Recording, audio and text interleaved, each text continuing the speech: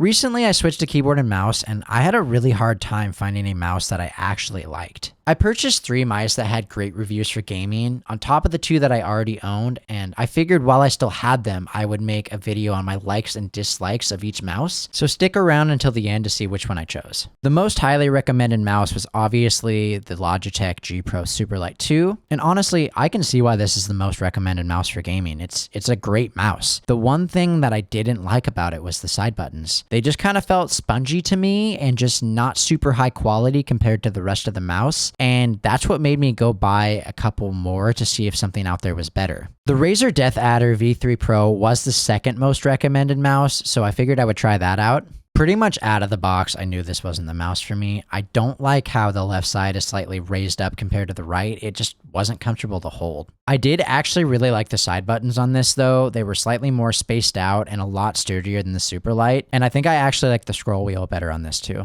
Next, we've got the Logitech G502 Hero, which I'm sure most of you have seen. This was the first mouse that I ever bought, and I just don't like how bulky and heavy it is. I mainly play Fortnite, so I do think having a super light mouse is important. That being said, this mouse is a tank. Everything about it feels well built, and honestly, for the price, you're really getting what you pay for. Next, we have the SteelSeries Rival 3. This was the second mouse that I bought when I was upgrading my setup. It's a little bit lighter than the 502, but still quite a bit heavier than all of the others we're mentioning today. And part of what makes it so heavy is that it does take 2 AAA batteries. And if you're anything like me, you're going to forget to turn your mouse off and you're going to go through AAA batteries like crazy, which is what made me want to look at different mice. I will say though, for $40, this mouse is very well built and you can tell it's going to last you a long time. And lastly, we have the Razer Viper V3 Pro. Within minutes, I knew this was the mouse I was going to be keeping. It's basically everything I loved about the Superlight, except the side buttons feel way more well built, and it's got the scroll wheel that I liked on the DeathAdder.